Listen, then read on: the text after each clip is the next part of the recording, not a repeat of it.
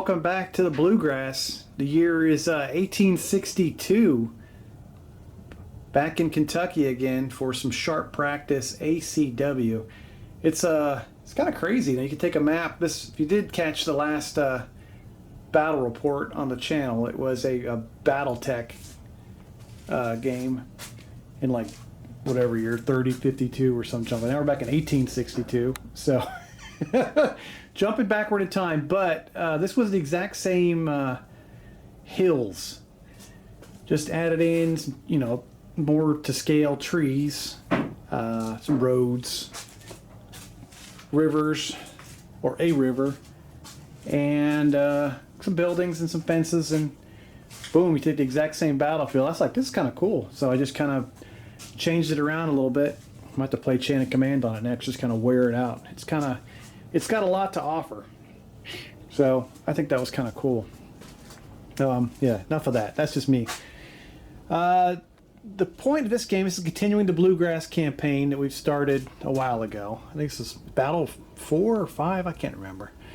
But forces of the Confederacy were victorious in the last battle and drove the Federal troops back towards Danville. General William Alexander Pierce, he was Colonel William Alexander Pierce, the leader of the Union forces in the area, set up his troops to defend the eastern side of Danville to protect against attack that he thought was coming. But the always surprising Colonel Willard Hatfield III decided to move to the north of Danville and attack a supply depot of the Union, this is going to be a supply depot or depot, whatever you want to say. They've got a bunch of, let's say they got a bunch of booze and guns and everything else that's always great in Kentucky. They've got it stashed in here, and they've been sleeping in here and cooking meals in there, and this is this will be the objective of the Confederacy. It's either to wipe them out force morale wise, which 90% of the time in these two fat lardies games happens, so I won't be surprised if that happens. Hopefully not too quickly. Or they can move up and occupy this and basically blow the Union out of the area of the supply depot, and boom, game over.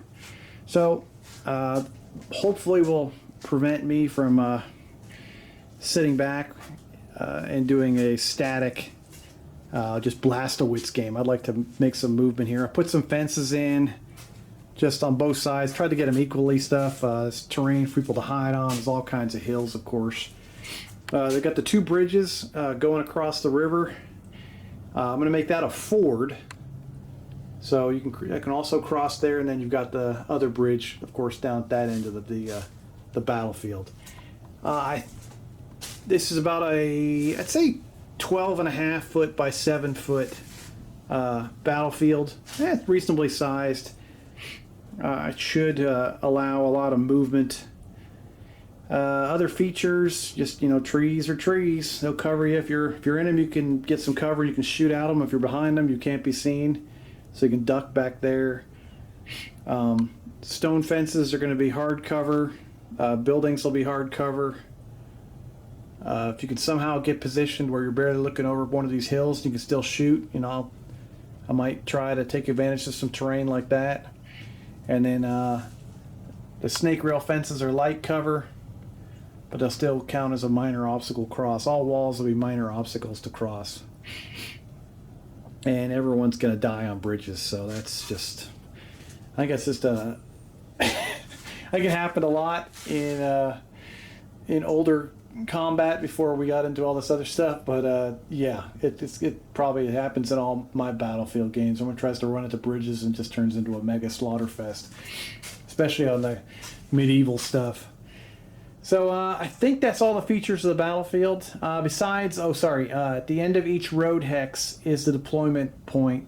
Since both sides have a road hex, that's the deployment points for each side. They can come in on either one. So yeah, so they can come in and then tally off to the right here, There is some cavalry, so they'll hopefully can take advantage of some of this battlefield.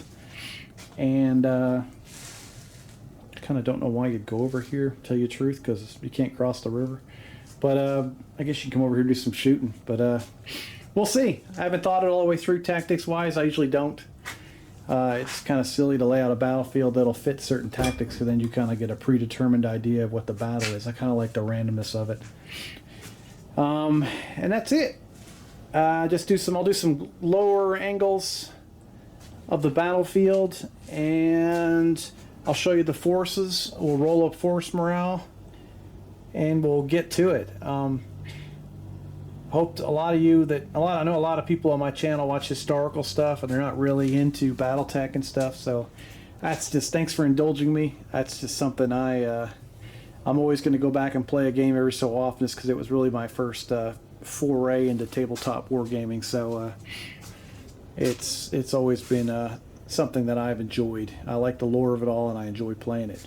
But this new stuff's cool as hell too. So I'm looking forward to really anything miniature wargaming. So let's show you some looks from the battlefield, and we'll show you the forces. It's kind of a pretty one. I mean, I'd go visit here if it was on a tour.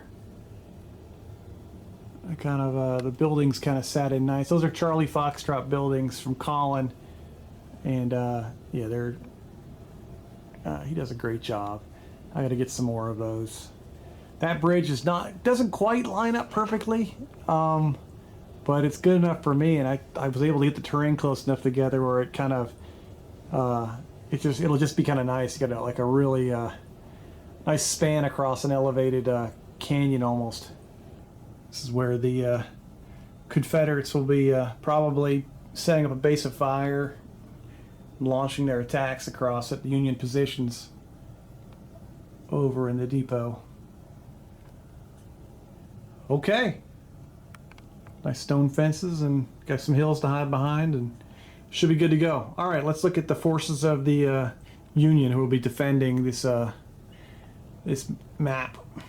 I have enjoyed this skirmish stuff because the two fat lardies, I use the infamy deck because you get 9 of the command cards, and they're officer cards, and it kind of limits you, so you can kind of end a project, where my Napoleonic stuff will just go on and on and on forever. So this kind of it's nice to not have all your projects be just massively huge like I usually do. So I have enjoyed this. I really think my infamy stuff that's kind of morphed into a Lion Rampant stuff is going to be will continue to grow and be insane. So I'll probably get stupid with that. I love a big, huge melee battle. That's kind of fun. So that's something I'm going to continue to make ridiculous. All right, leader number 1 is a level 4 leader. That's Colonel William Alexander Pierce. He's leading 3 groups of 8 Union infantry, Union regulars. I think they've got that. Oh, I can't remember the name of their ability is. I forgot. Surly or something like that, or whatever the heck it is. If they lose a hand-to-hand fight, they can stick around for another turn, or something. Whatever the other one is, I can't remember. They got something like that. Leader 2 for the Union is his adjutant, Major James Kirk. He's got 3 groups of 8 Union infantry. He always seems to get stuck doing the brunt of the work. At least he did in the early battles.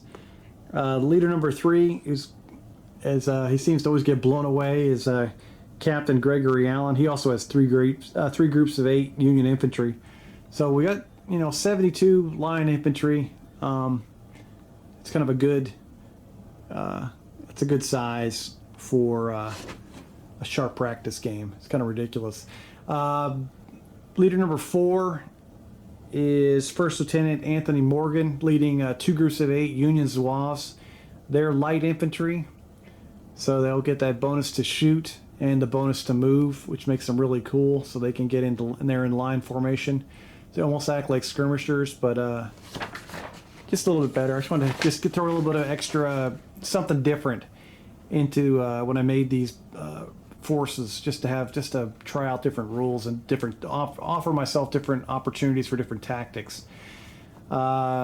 And then leaders 5, 6, and 7 are all 3 groups of 6 Union skirmishers, all led by second lieutenants, and that's Second Lieutenant Potter, Carmichael, got to have Doug in there, and Ethan Jones. Leader number 8 is my brother-in-law, First Lieutenant Joseph Markey.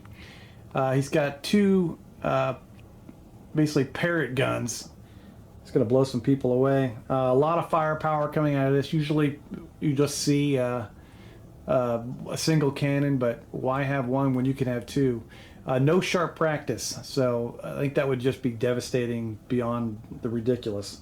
So that's it for those guys. But they'll still they'll have an impact. And then leader number 9 is my buddy Captain Cameron Whale. He's got a group of Union cavalry.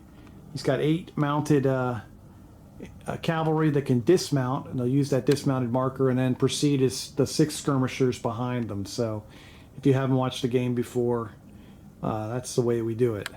And they'll spend 1 action to dismount and then 1 action to remount if they want to, and they'll boogie. And I'll just move whatever metamorphosis they're in at that time, I'll move them in and out.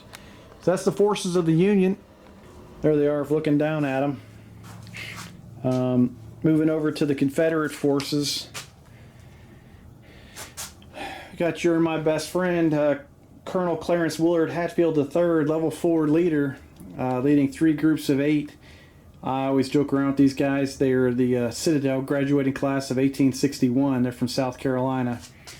I was stationed in Charleston, so I kind of try to work the Citadel boys in here. They were always nice to me, so they're, classy group of guys. I think they have girls now. They got some females in there. I think when I was down there, when I was stationed there, they had the first female cadet came in. So he's leading those guys. They also, the first leader 1 and 2 for both sides has the color party. They got the musician and the standard bearer, so it just looks better.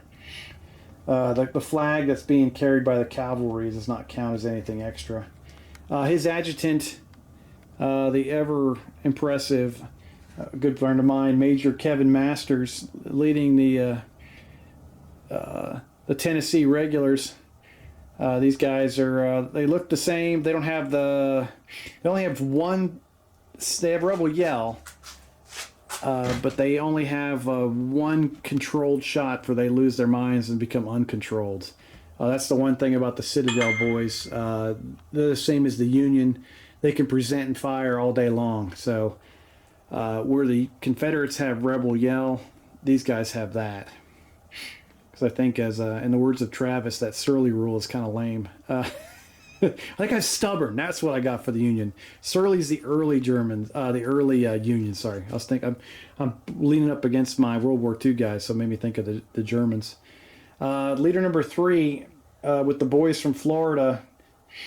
No, these guys aren't from Florida. Sorry, these are the Louisiana boys. Captain Chris Cassagne. He's got 3 groups of 8 Confederate infantry.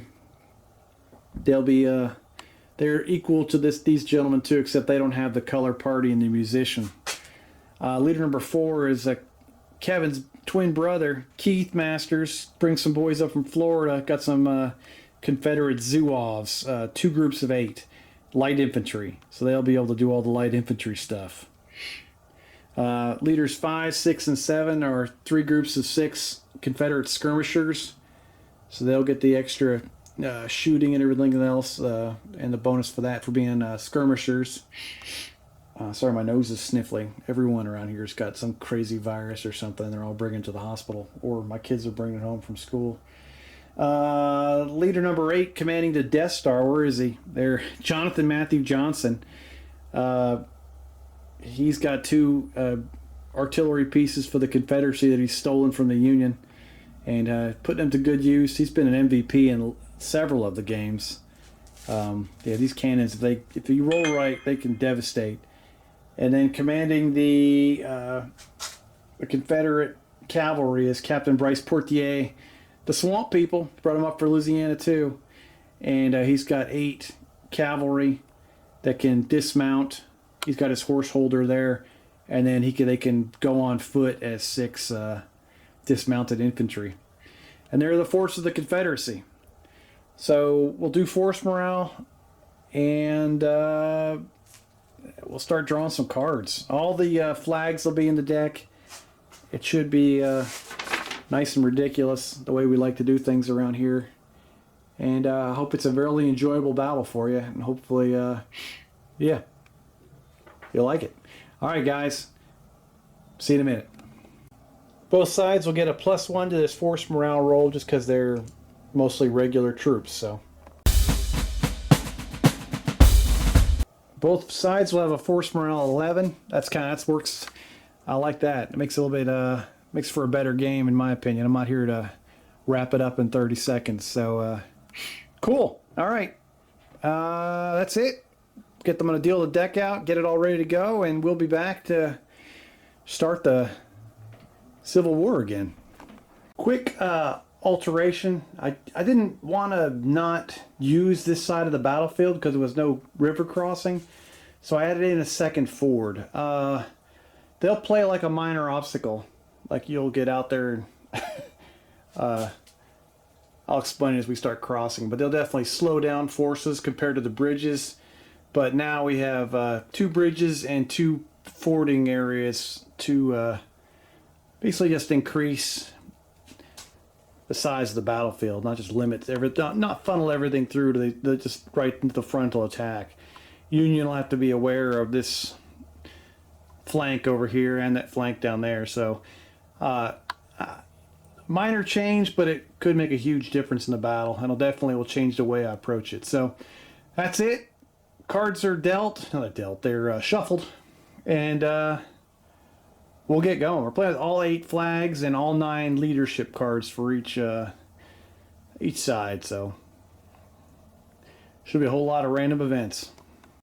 All right, let's play some sharp practice. First card. Which way am I going? All right, we'll do a blue flag for the first one. That's even. At least I shuffled decently to start with. Oh gosh, no random events because nobody's on the table. And a little blue 2 action. Okay. That's a big unit. Major James Kirk will bring on, with his level 3 leader, will bring on 3 groups of 8 Union infantry. Federal scouts obviously detected the Confederate move to the north faster than Colonel Hatfield wanted them to, so now we've got Union troops onto the battlefield first as they stream out towards the into the depot and head up to take defensive positions. Oh, they're all over it. And, that's a blue 8. Not exactly sure how they got here so fast, but Federal artillery arrives on the battlefield. First Lieutenant Joseph Markey arrives with 2 Parrott cannons on the battlefield, medium artillery. They will follow Major Kirk up the main road to take up defensive positions. That's 3 flags. Oh, bonus move. Colonel Pierce, level 4 leader, is aware that he has a reputation for showing up to the battlefield late, so he's not taking a chance now. They use the 4 flags, and he brings his 3 groups of 8 Union infantry onto the battlefield, streaming towards the left-hand side to defend this high ground and the ford, the ford and the northern bridge. Oh, maybe I didn't shuffle so good. A little blue 5 action. First Lieutenant Anthony Morgan, a level 2 leader, leads on his 2 groups of 8 Union Zouaves light infantry. They have sharp practice and all the light infantry rules. Heading towards the northern bridge, they might turn this defensive mission into an offensive one if they can get ahead of the Confederacy. Beat old Johnny Reb back. Union streaming. It's all blue right now. All right, had to talk crap, and I finally got a Confederate flag, or Confederate 5. Second Lieutenant Jordan Salee leads on his 6 groups of rebel skirmishers onto the battlefield, 12 inches from the deployment point on that plateau on the south side of the battlefield.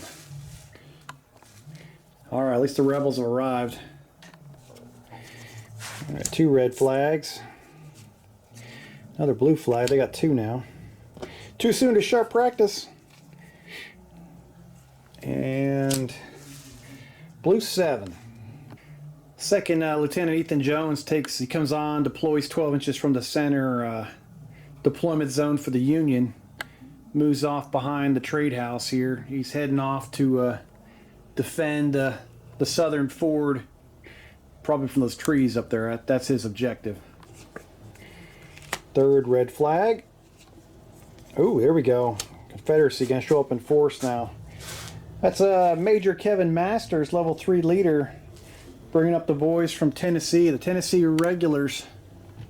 Major Masters leads the Tennessee Regulars onto the battlefield on the road in march column. They don't get stuck like that and get hammered by artillery. But they're heading for the bridge. Only good things happen when you charge across the bridge against defended positions. Red 6.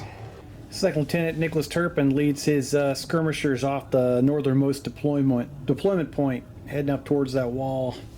Gonna grab some cover and cover the bridge until some serious reinforcements arrive. Oh, that's the Federal Cavalry. Nice. Captain Cameron Whale, level 2 leader, deploys with his 8 Dragoons, Union Cavalry, off the northern deployment point. It's kind of too constrained in town. This way he can wander around down here and cause some mayhem. All right. That's Keith Masters, I believe. Yeah, First Lieutenant Keith Masters and the Confederate Zouaves from Florida. Keith Masters boys from Florida, they come in a march column on the road, heading towards the bridge. Their date with destiny with all that. Another red flag. All right, we're doing good for the Rebs. Oh, Johnny Reb. 8. Oh, that's the Death Star. Jonathan Matthew Johnson and the Confederate artillery. Confederate artillery deploys in contact with that deployment point too. It's getting kind of saturated over here. They're going to have to start going other places. I guess they can start going up that hill too. Got to get them away from the deployment point. Second red flag. There's the third blue flag. Getting all of them. Oh yeah, Union's got to do something about that. Level 3 Captain Gregory Allen leads his 3 groups of 8 Union infantry up onto the plateau. Take up defensive positions, I'm sure, behind that snake rail fence. Not sure where Colonel Hatfield will go. Maybe he'll wheel back around. It's kind of a log jam by the trading depot when they came in there. But they used the second group of 4 flags to get that bonus move. Uh-oh. Colonel Hatfield's going to get a bonus move. So he's going to run his boys. He's a level 4 leader, so he can pull a shock from all 3 groups. So they'll have no negative impact from this. He's a beast. He moves his 3 groups of 8 in line formation 9 inches up the side here, heading towards that little ramp, heading up onto the plateau. Third red flag. Getting kind of silly over here. Uh-oh. Bonus move for Colonel Pierce. He's going to do the same thing his counterpart did. A very sad 5-inch move by Colonel Pierce. Boys aren't motivated that good.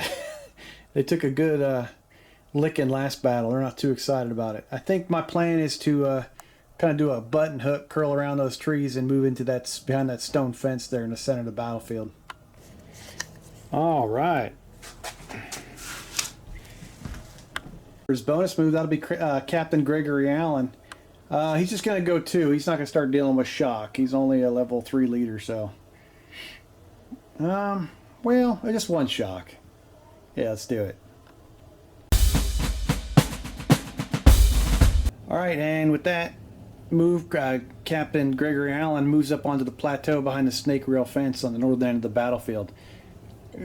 Looking good here. Pretty excited about the Union deployment.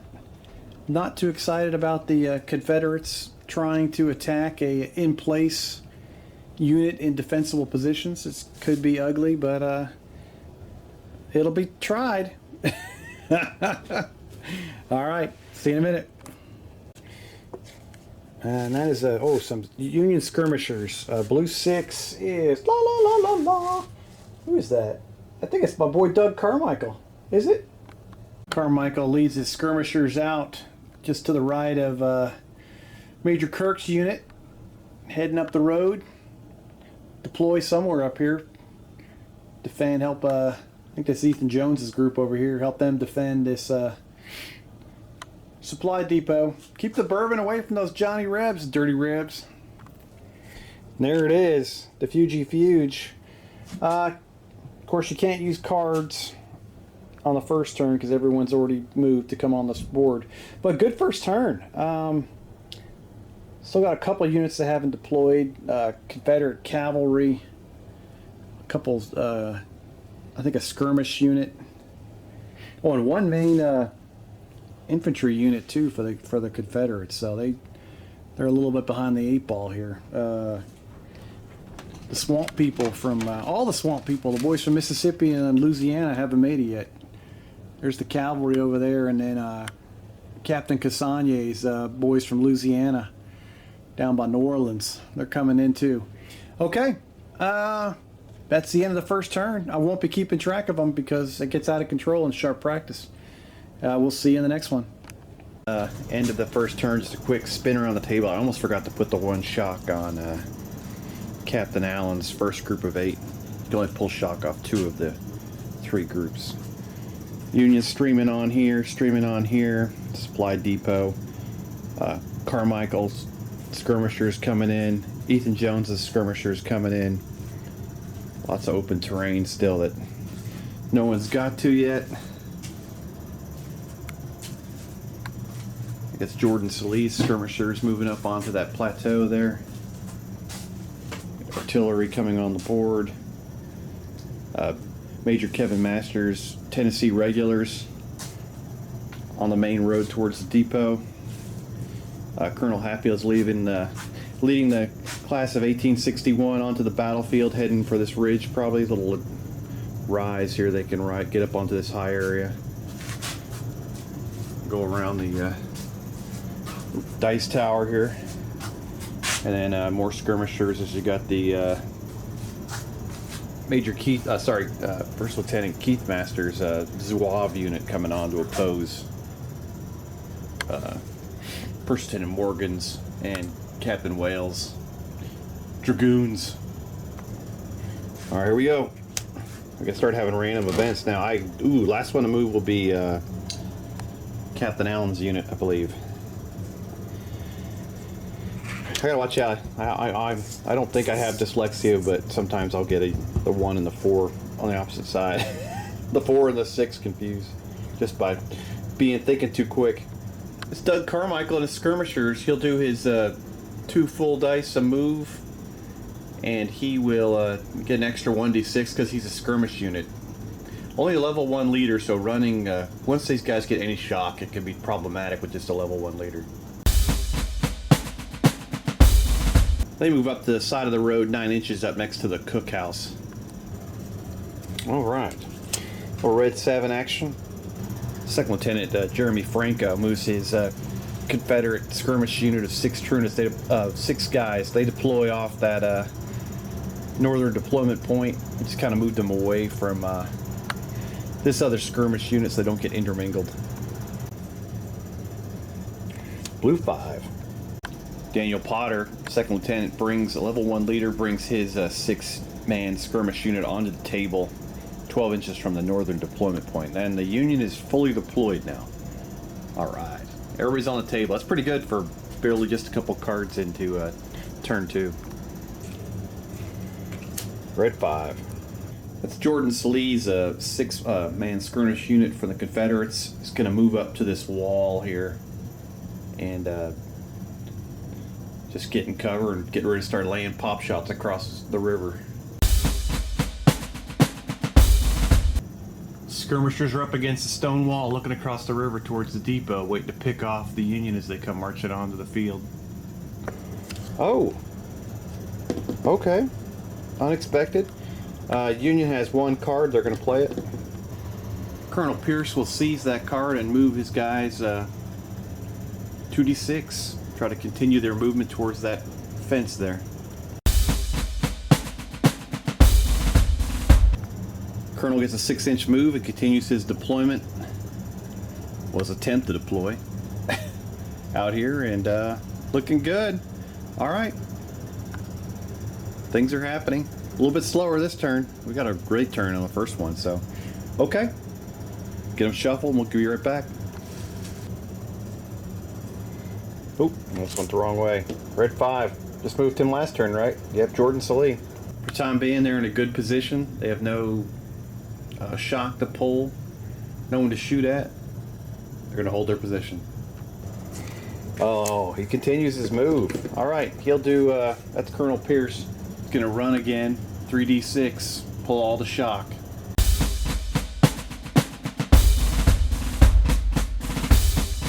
They got a nice 15-inch move.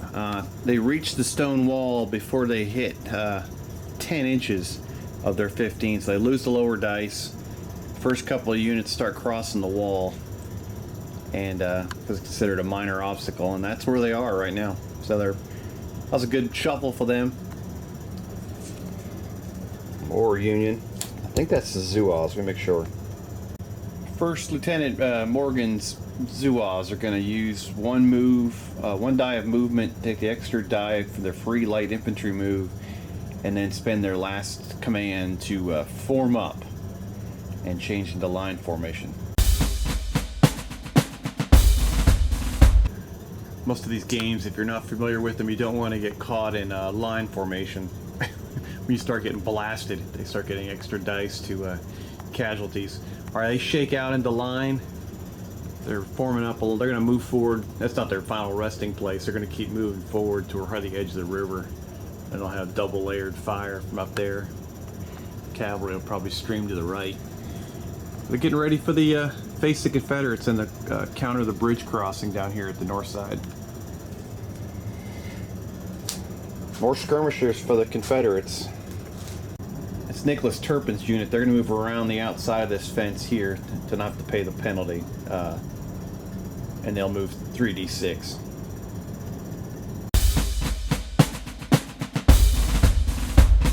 They get a nice 13-inch move and move out there, heading towards those defensible positions. Still haven't quite figured out what I'm going to do with the Confederacy yet, but sometimes it's good to stay liquid in these games. The cards don't follow your plan, so you get screwed. Look, I'm going to do this, and then it takes forever to develop because you're waiting for particular cards. All right. That is, oh my boy, Captain Allen. 1d6 of movement, pull one shock, and the last command to form up into line. Bit of a sad 1-inch movement, but that's kind of what they needed anyway. So they move into line formation. They're up against the snake rail fence, overlooking the bridge. They'll be ready to start chucking mini balls down the road here. Ooh, there we go. That's that's Captain Whale. Union cavalry. I'm still a little rusty on the cavalry movement. It's a bit challenging. I'm gonna stay at the canter. I think at the gallop you're going straight ahead and you're running over stuff or going into rivers. Or I think I've got a little bit more movement at the canter. Let me double check that. All right, at the canter we get 2 dice of movement, +3 per each dice, and we can go 45-degree kind of deviation with and have to face the same direction when they get done. So they're going to deviate and kind of shoot down the side of this hill towards the ford.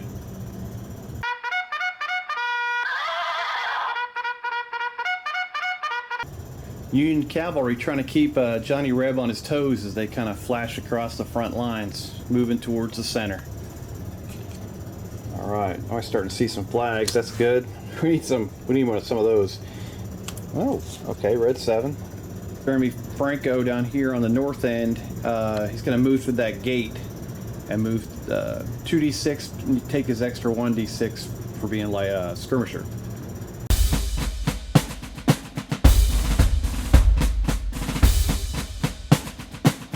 Okay.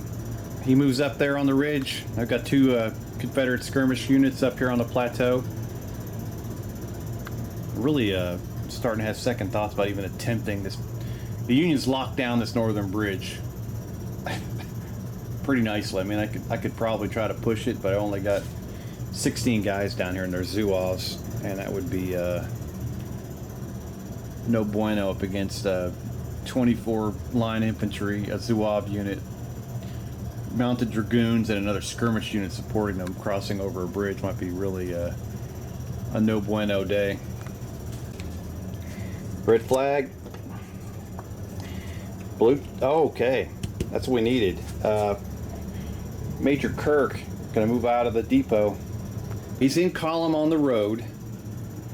Gets an extra 1d6 there, so he's gonna. Let me think about this. So I'll do 2d6 using one of those as the free move for being in column on the road. I'll see how far he gets. If not, I'll use the extra 1d6 to move. Otherwise, I'll you know, use the form up and lose his last command to get into line, so I don't get smoked. So we're gonna go 2d6 first and see where we're at. Yeah, 6 inches isn't gonna get it done, so they'll use their last action to go another 1d6. The road, they haven't quite crested the hill.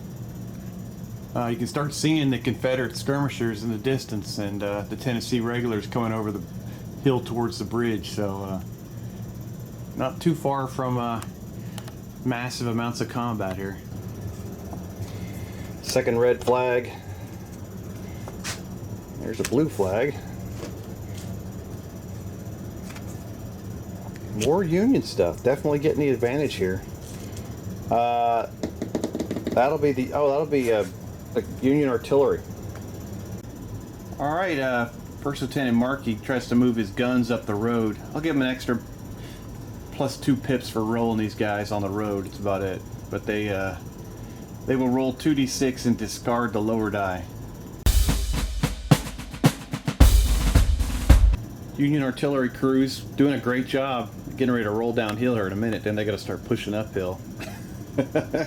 Good luck, gents. They're keeping up with the infantry. Not doing too bad. They've been working out. All Union all day long. That's Doug Carmichael again. He is a go-getter this game. I'm loving it.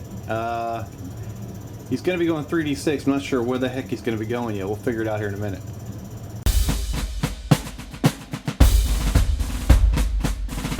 Skirmishers can freely move through line troops, so they kind of just shuffle their way through those guys, saying excuse me, give them probably a pack of smokes on the way through, and they take cover in that line of trees there, and that'll be their position for as long as they can hold out, I think. I can pretty much got an idea where I'm going to deploy the Union. So there they are. Alright, 3 blue flags. More Union. I shuffled so well. It's Second Lieutenant Ethan Jones' skirmish unit deployed probably for early in the game behind the farmhouse. They're going to continue to move up towards that far side over there to defend the ford. They get an 11-inch move as they continue to move up that hill out towards the southern flank of the Union line. Oh, is that Cassagne finally going to show up? Maybe not. That would be. I think that's the Zouaves. That's First Lieutenant Keith Masters and his Zouaves from Florida. They're going to change their mind. He initially thought when he came screaming on the table he was going to steal a march, get across the bridge before the Union could get set up, but that plan has gone to complete crap. Gonna pay the penalty to cross over that obstacle, dropping the lowest dice, and start moving on to the plateau. I might cross it later, but right now I gotta do some peppering. They begin crossing the snake rail fence and heading up to the next stone fence. They're gonna go through that gate. 3 red flags. Blue 5. Second Lieutenant Potter, going to move up the hill, try to deploy to the right of Captain Allen's formation, lend him support. Those boys might have smoked a few extra lucky strikes. They got some poor lung condition, struggling getting up that hill. I bet Allen's boys looking over their shoulder laughing at these deconditioned Union skirmishers. All right. Not a good move. Very lethargic attack so far by the rebels. Here comes Colonel Hatfield. See what he can do. He'll do a 3d6 of movement and pull the shock.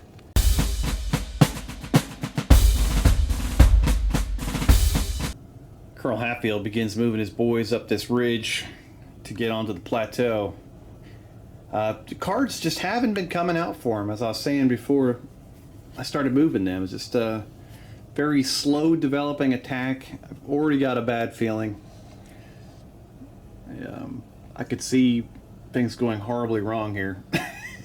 But we're going to proceed just because it would be boring as hell to get up here and go, oh, yeah, they're in defense, and just march off the battlefield.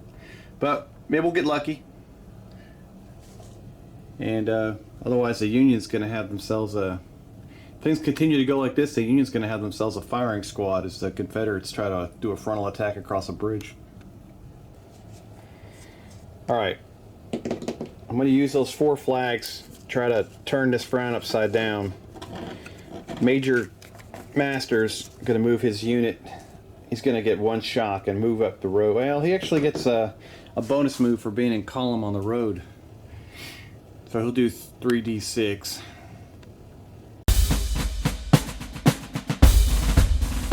Alright, they're just gonna adopt that formation just in case they get stuck there. I can always do a step out thing if the Union, if Major Kirk quite hasn't gotten in position to repel this attack and rush across the bridge. But right now, it wouldn't be smart to sit in line and get hammered if this card doesn't come up for a little while. Alright, another red flag. Oh good, they finally are coming on. The Captain Bryce Portier and the Confederate cavalry that have been getting boozed up for the whole start of the game are going to come onto the table. Well, the quick attacks failed. We'll try the slow developing one now. Confederate cavalry moves onto the table down here at the southern end. We'll try a flank run hidden from the Union eyes, move towards that ford. Maybe get a... Once they deploy on foot, they can advance or something like that. I have no idea. I'm going to try something because of... just in case this attack doesn't develop, I'm going to try to keep my options open. Alright, second red flag. Oh, that's the Death Star. Jonathan Matthew Johnson is going to push his guns up the road. They'll get the extra +2 pips too.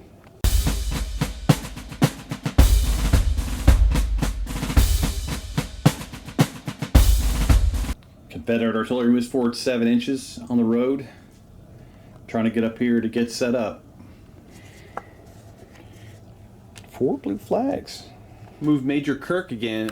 2 forward. One of those will be the extra bonus for being on the road in column. And then his last command will be to form up into line. Oh, here we go. As the Union infantry deploys on the hill in front of the depot in the view of the Confederate infantry. Set up for a static firefight. Oh, gosh, here we go. I don't know what's going to happen here. And there he is. He guys took a bonus move last time. The boys from Tennessee with a rebel yell present. They take their 1 present. First fire presented. I'll check the range into Major Kirk's unit as they enter. They start deploying in front of them. Doug's skirmishers are also in this field of fire, so they will be. They'll be on 4 groups. Will be hit by this blast. Shot will be at long range, 28 inches. So that's a 6. I'm a little bit rusty on this. Presented 5, first fire 4. So 4, 5s, and 6s, 27 shots because I got a level 3 leader with them. They've got 3 groups in the open and 1 group in hard cover because they're skirmishers and light cover.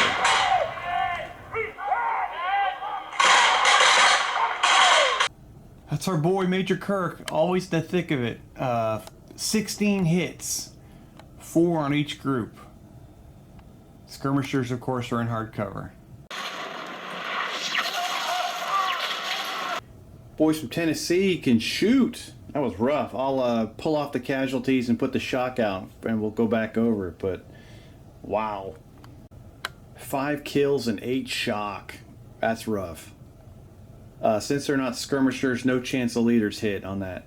Actually, on a 1d6, ours and your friend, Doug Carmichael, will take a round to the head. Oh, Doug, I'm sorry, buddy. I don't do this to you on purpose. He is hit. Let's see what kind of wound that Second Lieutenant Carmichael suffers. Suffers a light wound and is reduced to a level 0 leader. Oh, that'll be a bad thing too. Well, that was a quick game changer. Major Kirk's units rocked. 3 shock on that group, 3 shock on the middle group, 1 shock on the outside group. Doug's loses 2 of his skirmishers and takes a shock. Plus, he's wounded himself. Oh, he gets one of his guys back. I forgot. If he's wounded, he's one of the casualties. So, just loses 1 guy. Picked up my new storage containers. This would be much more efficient. Just 3-inch tall. Won't work for pikemen, but it'll definitely work for these guys perfectly. A little shallower. They got locks on them. I'll be able to stack the heck out of them. So, I'm going to convert to these from the shoebox ones, but you know, it's very slowly over time. And then we'll roll a bad thing for a level 1 leader being wounded. Well, I care, but nobody else cares that Doug's been shot. So, there you go, Doug. Well, wow. Tennessee boys. Show them why it's such a great state to visit. They can shoot. All right, 3rd red flag. 4th red flag. That's 2 flags in a row. Ooh, what do we do now? All right, for their 4th flags, they burn. They bring on Captain Casania. He's been chilling on the back. I'm trying to think the only advantage I can get from a late deployment is basically overload one side. So they bring over 3 more groups of 8. They've got all 3 of their big groups on this side of the battlefield. I'm going to try a delaying action or kind of feint down there. There's still the opportunity for the South Carolina unit to do something. They can venture to the right if they want to, but I right now have the opportunity to try to overload the left, especially after that barrage by the Tennessee boys. Okay, there we go. Confederates hitting hard on the Union left, or Union right actually, their left. This is another monster turn. A lot of flags coming out, or a lot of cards. First blue flag since they moved to bonus move. Uh-oh. I think that's 3 random moves. Let me see what happened last. The always terrifying random firing event on the boys from Tennessee. Nice thing is there is water down here, but they get the fouling barrels I always get. Let's see what happens. Oh, that's gonna hurt. Damp squid. The rest of their powder got wet earlier, but must have rained last night. The only ammunition is at the supply depot, so they are going to fire at half effect. Definitely is. Yeah, they're now going to be becoming the charging unit. How fast it changes. All right, they're marked with a red token to help me remember when I totally forget. Oh, that's Casania again. He will move again. Use 2d6 of movement. The boys from down in Louisiana are moving onto the battlefield here nicely. Kind of deploying behind the skirmish screen. Using some Napoleonic tactics. Another flag. And there's the Tempest Fugit. think everyone has moved because there's just a blue flag left. That was a heck of a good turn. Okay. I'm actually be able to keep track now. We're on turn 3, but you know, we're playing 2 Fat Lardies games. That doesn't matter.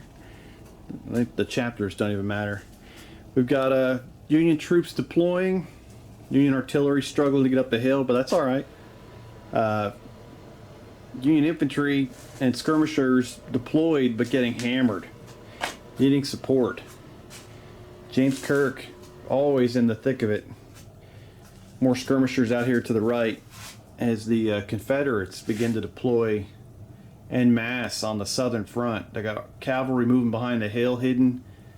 More infantry units coming out. Their guns are coming up the hill.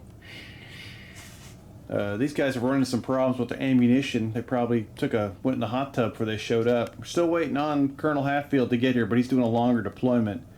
Got dice on the battlefield, never a good idea. And then Confederates have given up on any kind of attack on the southern bridge for a moment as they begin to deploy in defensive positions on this flank. All right, let's keep on going. Red flag action. Or Red 7. It's Jeremy Franco's skirmish unit. They're going to continue their move towards farther down the wall. They run forward. They're on the wall. I think the goal for me right now is for them for those 2 skirmish units here, to move down the wall and defend the ford, especially with the cavalry starting to range off for the Union off to the right. Gotta keep an eye on that. And then eventually I'd like to get the Zouaves up to about here to defend the the northern bridge. Blue flag. Red flag. Got 2 of them now. 2 in a row. Oh, 3 in a row. We're gonna get a random movement event for the skirmishers.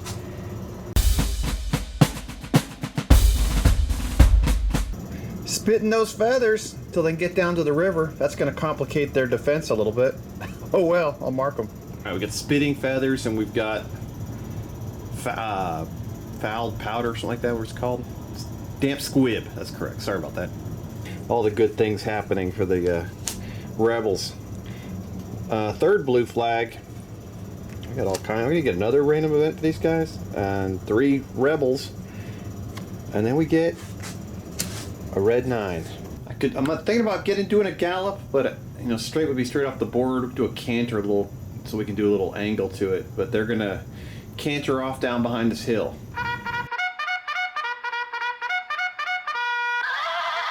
A rather sad 10-inch canter. Didn't accomplish much. He's not in a big hurry to get there, I guess. Just chilling. He's out for a Sunday stroll on a Saturday. Okay. Let's get the next card going. Ah, well, blue 8. I think that's Markey trying to push his guns up the hill. Yes, First Lieutenant Markey will continue his push of his guns up the hill. Get a +2, 2 dice. Lowest dice goes away.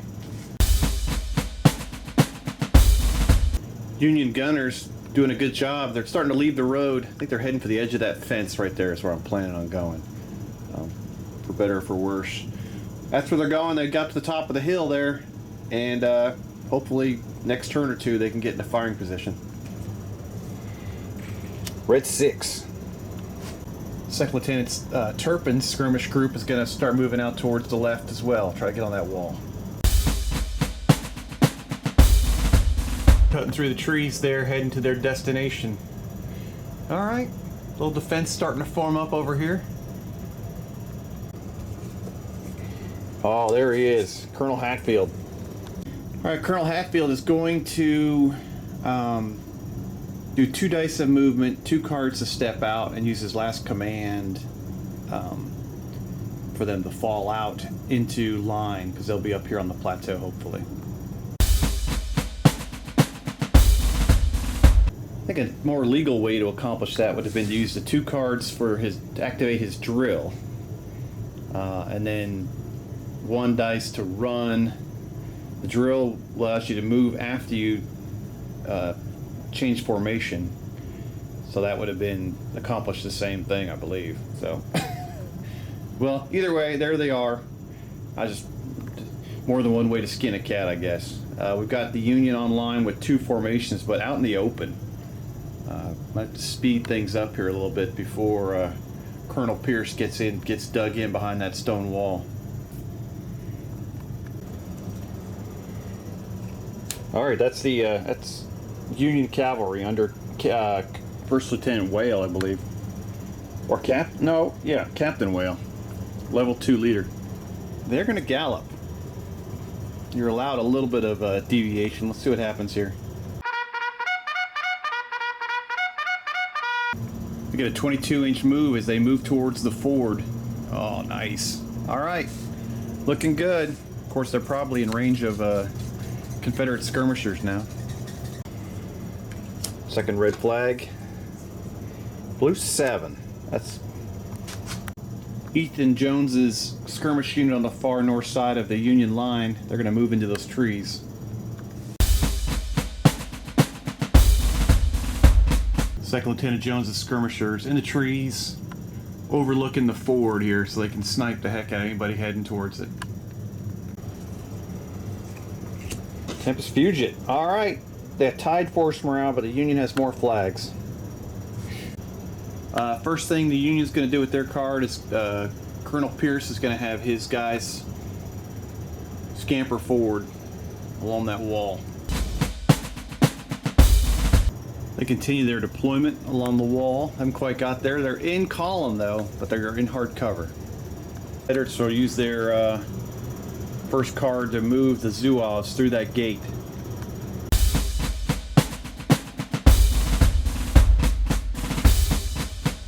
Keith Masters' Zouaves move partially through the gate up onto the walled plateau. Union will use a card to move this skirmish unit up along next to Captain Allen's group. Skirmishers under Second Lieutenant Potter move forward almost to their objective. They get a pretty good move. Last move for the Confederates. They're going to have Cassagne's unit move along that wall. Captain Cassagne gets his line unit pretty much against that wall, but they're still in march column. They'll need a turn to get out of that, or a action to get out of that disaster. All right, the Zouaves are trying to put pressure on this northern flank since the Confederates are pulling back.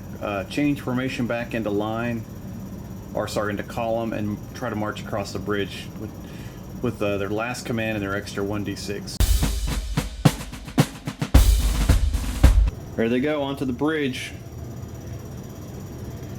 Confederates have left this flank a little weak. Let's see if they can take advantage. Or let's see if they get slaughtered. Alright, Union, that's it. Alright, so that's the end of the turn. Quick catch you up with the Reaper drone in 1862. We're down here on the northern end of the battlefield. I will, if you haven't noticed, I've gotten my compass directions wrong a couple times. Union Zouaves moving across the bridge. We've got a Union line under Captain Allen here defending a snake rail fence.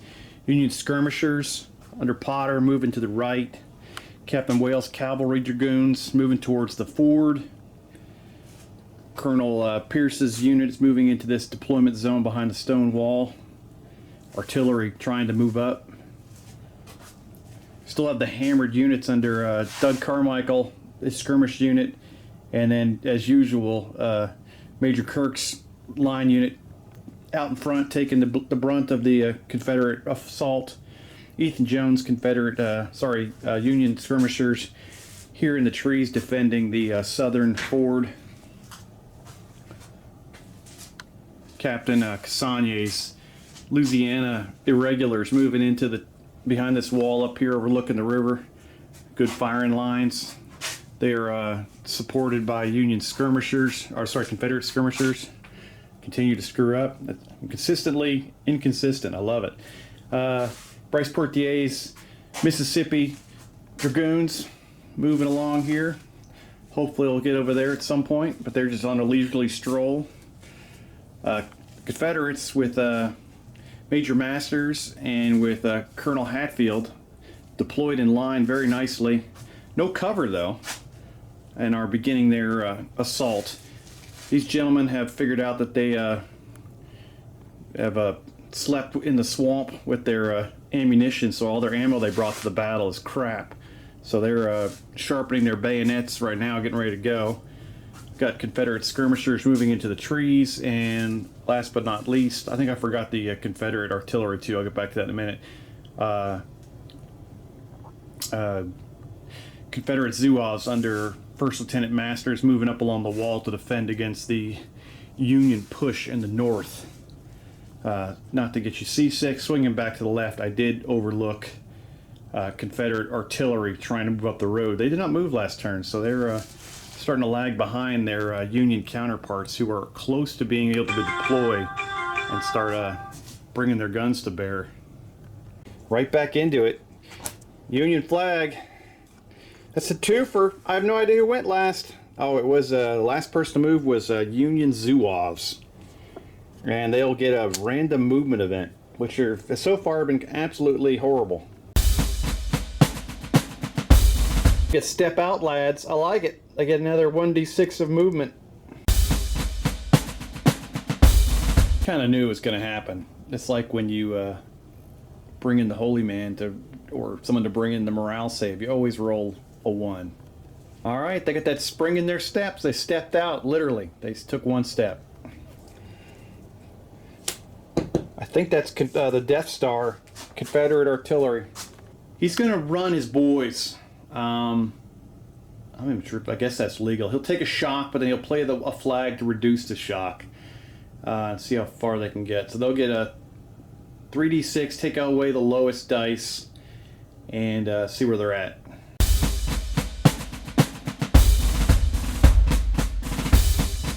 Per usual, sharp practice fate. It wasn't worth it. All right, they moved like 7 inches. They get the extra +2 because they're on the road. All right, let's get back into the next one. All right, 4, and I did use that card for no idea why. I think that's the Confederate Zouaves. First Lieutenant Masters is going to move forward 1d6, get the extra 1d6 from being light infantry, and then change into line formation and prepare for the Union Zouaves approach.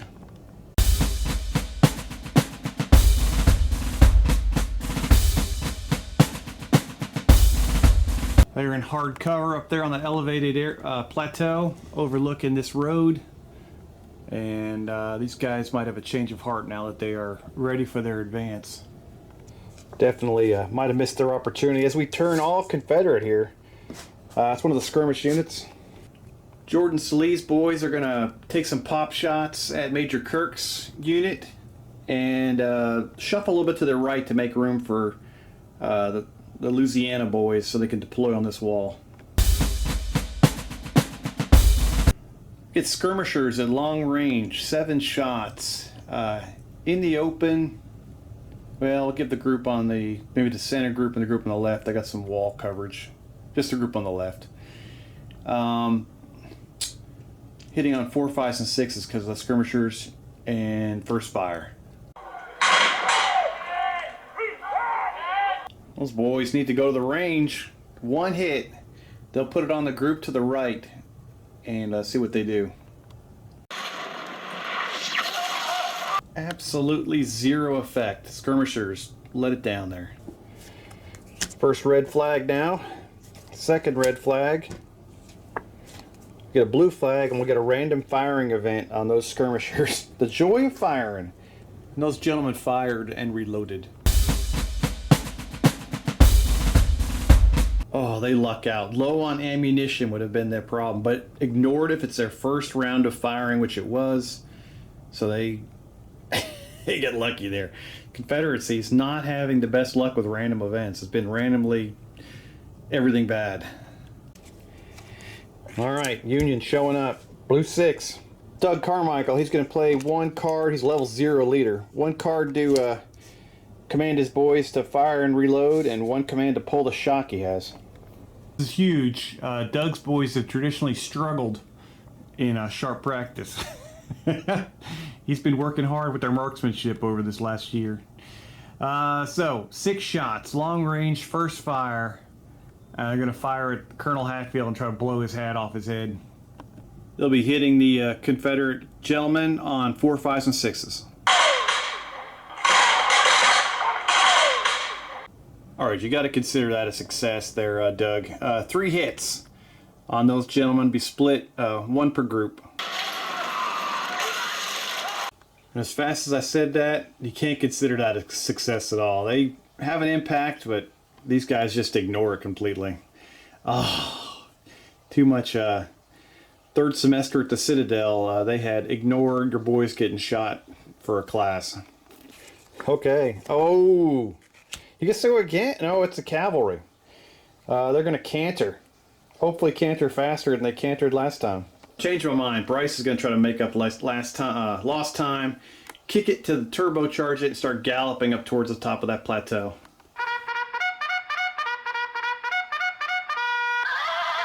They were just waiting for the signal, which was to hear more gunfire. Now they're on the move. 22-inch move up the flank here towards the ford. 3rd red flag. Ooh, there we go. That'll be Cassagna. Cool. We're gonna change formation and present. Get ready for next turn. Major Kirk trying to get a hold of Colonel Pierce on FaceTime. Guy's not taking his calls. Union in trouble possibly up here on the on the ridge in front of the depot as the Confederates start rolling out and starting pointing lots and lots of rifle barrels at his boys. He needs some help before he retires his commission. All right. See what they can do. All right, that is Captain Allen. His boys are going to step over the fence and start moving down the hill. I don't think they're going to get that far. They lose a die for crossing a minor. They lose the lowest die for crossing a minor obstacle. I think it's going to be a hard ask and a long time to get there, but Colonel Pierce has sent messengers over here for these guys to start pushing hard on the Confederate right to support the center, but whoo, I don't know, the long run. Red 6. Confederate skirmishers going to move up to the walls, get ready for the Union approach on the right and in the center. All right, Confederates are now deployed along the wall. Nicholas Turpin's skirmishers are now joined. Who's the other guy? I think that's Jeremy Franco. Yeah, because, sorry, I'm looking at the ground. Jordan Salee is way down there at the other end. So he's over there with Cassagna on the southern end of the battlefield. Oh, there he is. He's got to get in position here. Start laying down the law. It's going to move up 1d6 and change formation into line. The FaceTime request was accepted as Colonel Pierce's unit deploys in line behind the stone wall, leaving enough room for the artillery section under Markey to get up there and deploy hopefully soon. That can support Major Kirk's unit to their right. Plus they can support the entire battlefield basically from up there. So there we go. Union getting their act together. All right, next up, the 4 red flags. All right, they're going to use that, and Major Masters is going to change formation and begin his advance towards the bridge. He's going to embrace his French ancestry and get into an attack column and move out for the bridge. They're unloaded.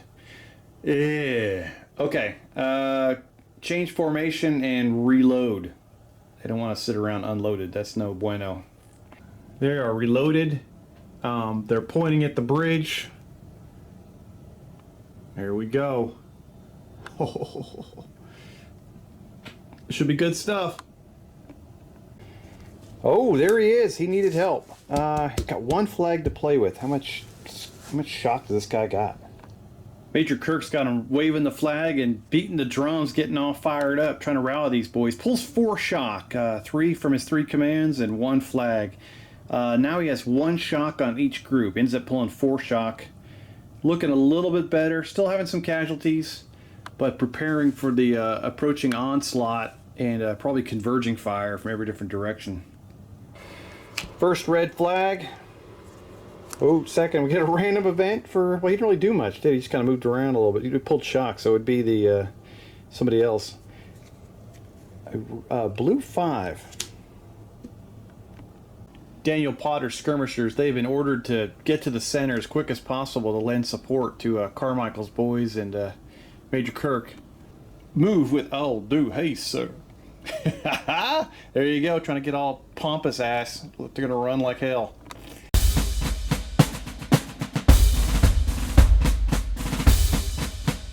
They're running along the top there. Actually, can't be doing too bad. They're keeping up with the cavalry. And, yep. Let's see what happens. Ooh. Colonel Hatfield. Present, fire, and be unloaded. One unloads into Major Kirk. They will get Doug's boys that are in hard cover. Oh, just when the Major Kirk gets his boys a little bit rallied. Can't catch a break out there as usual. This whole Civil War thing is a bad idea. 28 shots. First fire presented. Oh, at long range. Needing 4, 5s, and 6s.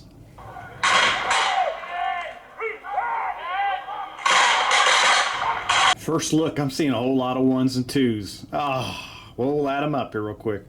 Major Kirk needed a break anyway. If they even make the odds, 12 hits. So less than the 14 they needed to be halfway there. Split between 4 groups, 3 per group.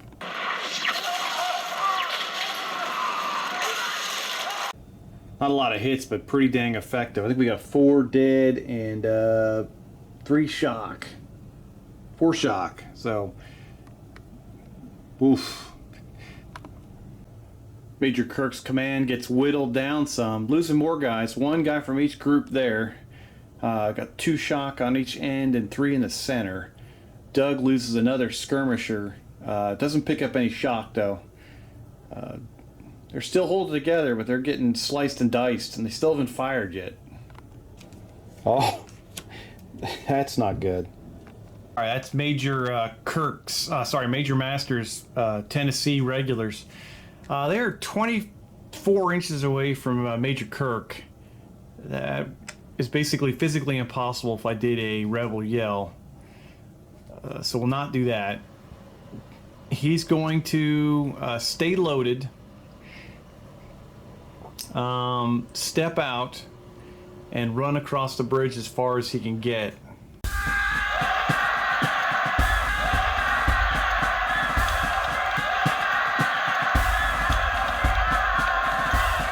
Confederates storm across the bridge, rushing towards Major Kirk's boys.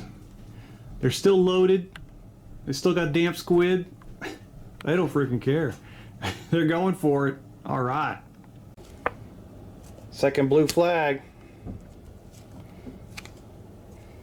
Blue 7. That's one of the skirmishers.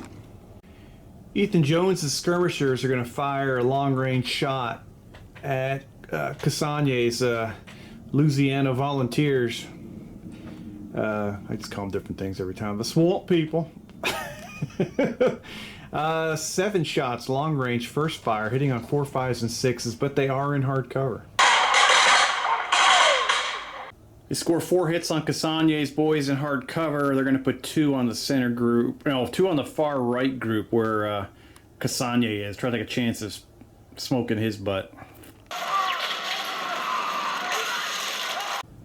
Hard cover for the win. No casualties at all. And there's the Tempest Fugit, which would be the, what the hell are they called in this game? I can't remember. I'll remember in a few minutes. All right. Tiffin, excuse me.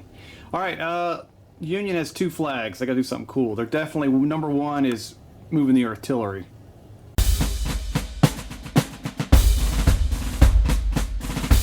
Move a little bit closer. For our next turn, they'll be able to get into this location and deploy. And get some guns going. And the second one, the last card for the Union will be, they can't take any more chances. They got to present and fire with what's left of Major Kirk's unit. Or we're going to get a close range presented blast into an attack column in the open. This should be glorious. They will be unloaded after this, and they will lose 3 shots from shock, and Major Kirk can't add his firepower to this because it's after the Tiffin. We got 13 shots. Probably anything but. I'm going to double check real quick. They've already maximized their bonuses, so having the shooting at the attack column doesn't give them anything else. Just as long as they don't roll ones. 12 hits in the open, split between 3 groups. They do not kill any of the Confederates, but they definitely have a moral impact on them. 4 shock on the front group, 4 shock on the second group, and 1 shock on the last group, which would make perfect sense. So they're having some kind of, is this a good idea, moral complex going on. And that will end this turn. All right.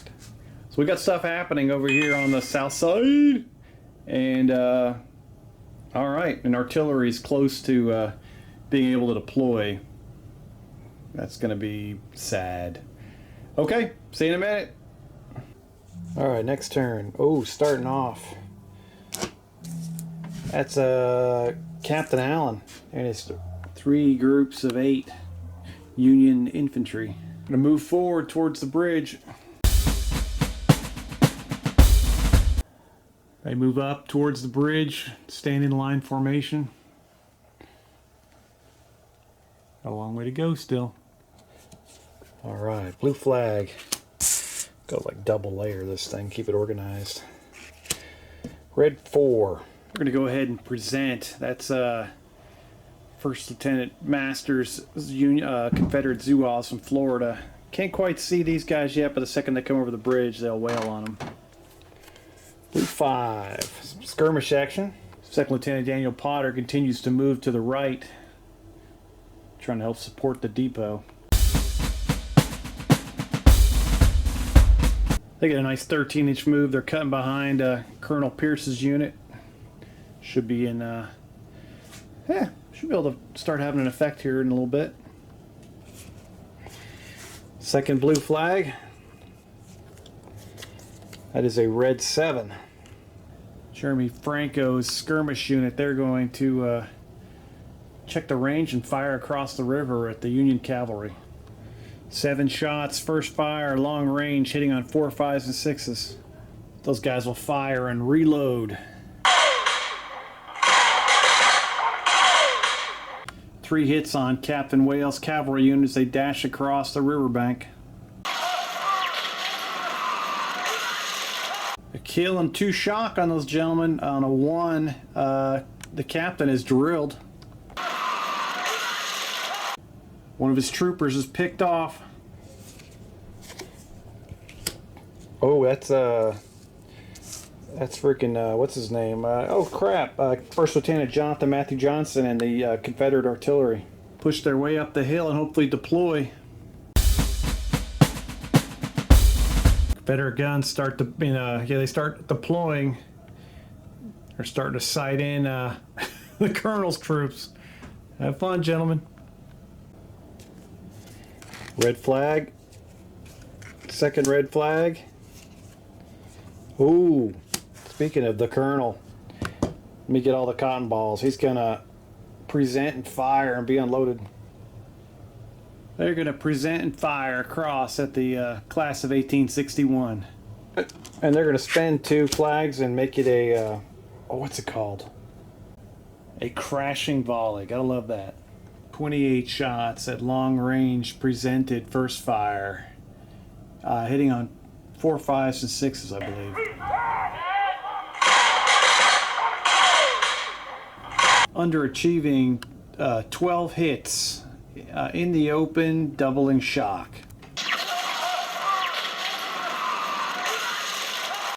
Class of 1861 gets rocked with 14 shock and lose 4 guys. They get that hurt. Great shooting by Colonel Pierce.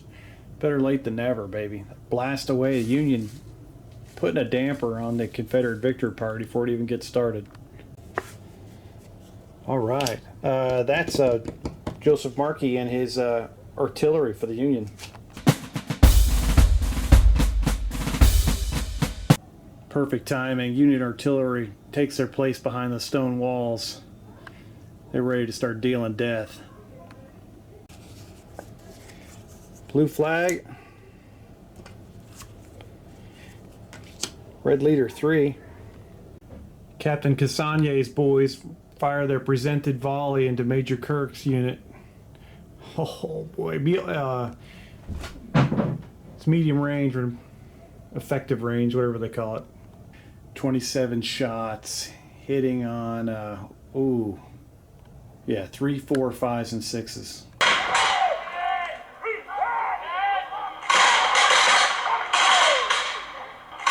Look down and only half the dice would come out of the cup. I was like, oh, that's great. 20 hits divided between those 3 groups. 3 on that group on the left, 3 in the extra, and then the least amount of casualties go on the right here. Hitting in the open. 8 shot, 2 more dead on Major Kirk's units. Nobody falls back with units getting chewed up. There's 4 guys left in that far group with 4 shock. Center group's got the color party. I think they have 5 guys plus the color party ending officers. That's like 7. They have 6 shock. And this end group has 5 shock and 5 guys, I think. 6 guys. 3rd red flag. 4th red flag. Ooh, should I spend it? I'm gonna hold on. I'm gonna gamble. Oh, and it was a good gamble. Oh, it was the greatest gamble ever. Kevin Masters is gonna use all that. He's gonna rebel yell with the 2. And he's gonna pull all the shock in the world. Rebel yell, get 3 move actions and fire. He used the 3 commands to plus the 2 flags to pull 5 shock. Now he's got 2, 1, and 1, and they're going in hard. Unless they roll 3 1s, and they're not going anywhere. So they're going to get to fire when they go in. Now they got the damp squid and they're in attack column, so I don't know how many shots they're going to get. Plus they've got 4 shock total. So with the limited frontage, they just attacked the center group. They're both, I got to figure out the supports and everything, but they're just going to fire. The front group can fire on the way in. So it's 8 shots plus the leader. That's 11. They lose 1 down to 10, and half of that, so 5 shots. 3 hits spread between all 3 groups. Figure out this fisticuffs. They got 7 shock in the center and 6 shock on the right group now, as they are the 2 units that took the shock from that barrage on the way in. Alright, the Confederates have a slight advantage because Union can't quite support enough, and they also have tons of shock. But the Rebels aren't knocking it out of the park, because only the first unit attacks, the second one supports, and the third one just shares shock and casualties. Or shock, sorry.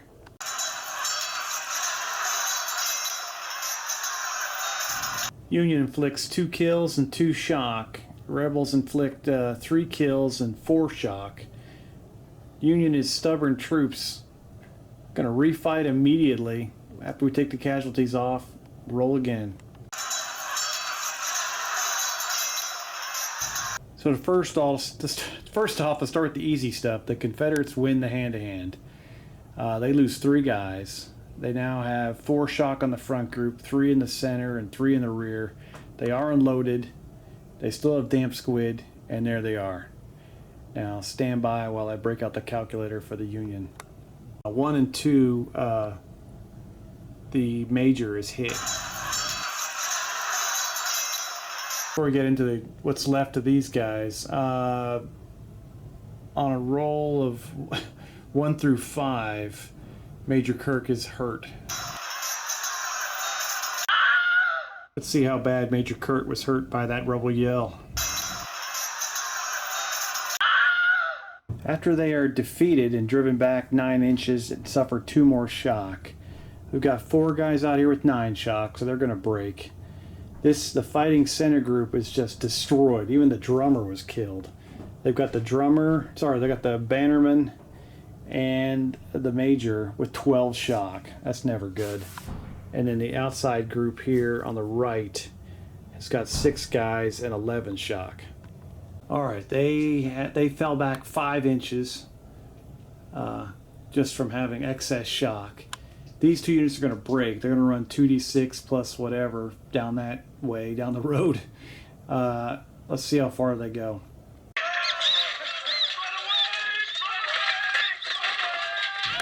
Well, thankfully, Major Kirk doesn't rout off the table. He'll be able to detach himself when his card comes out.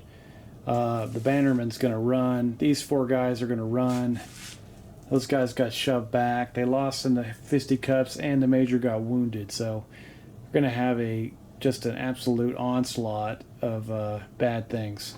We're going to have 3 groups obliged to withdraw, 2 groups braked, formation broken by fisticuffs, and a level 3 leader wounded.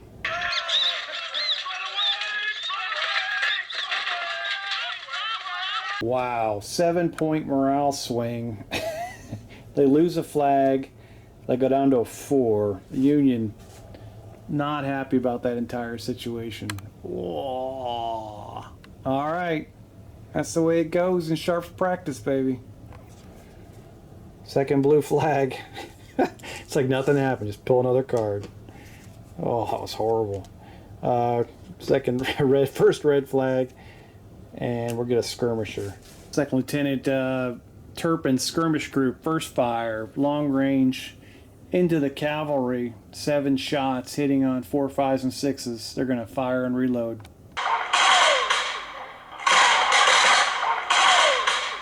Holy cow, 6 hits. It's just absolutely brutal. See if how many of these guys get blown away in the open. 5 shock, 1 kill. On a 1 through 6, it is Captain Whale who shot. Those guys need to get the heck out of Dodge. They got 7 shock now with 7 guys. They've lost 2 of their troopers. Skirmishers just picking them off. Third blue flag. Blue 6. That's the skirmish unit. It's Doug Carmichael. He's a level 0 leader. He's going to use a card to fire and reload his boys at the attack column. 4 shots, close range, hitting on anything because of the shooting at the attack column. I'll check that. 1s and 2s will miss. 3 hits in the open, 1 on each group.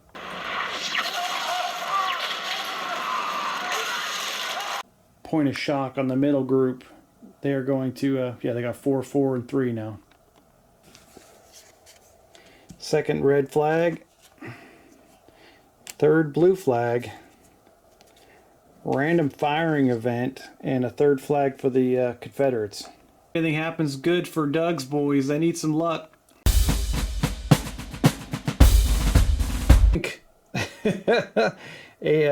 Thankfully, the livestock is 24 inches away and not in range to go crazy and start running people over with the wagon. Sigh of relief from Mr. Carmichael. His boys don't get run over by a wagon.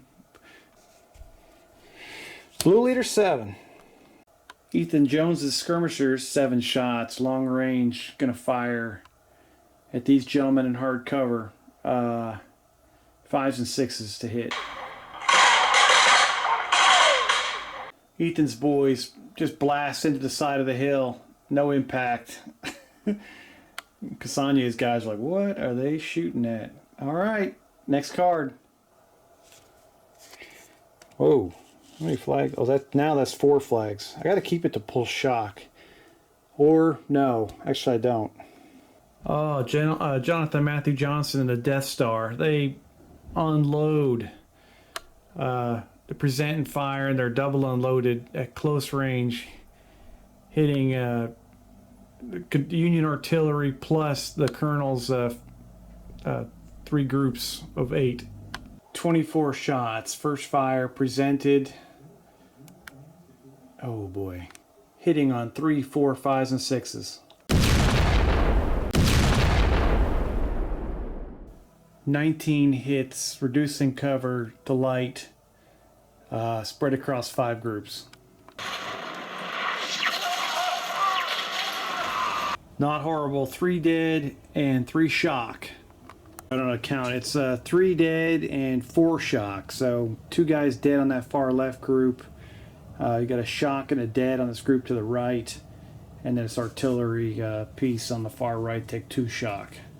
All right, next. Oh yes, finally they get to get out of there. They're gonna spend all the damn flags so they can freaking so they could pull all the shock. All right, he pulls 4 shock. They're down to 3 from 7, and they're going to. I don't think cantering across the. They're gonna have to gallop and just try to get out of dodge. Maybe they can make contact down there.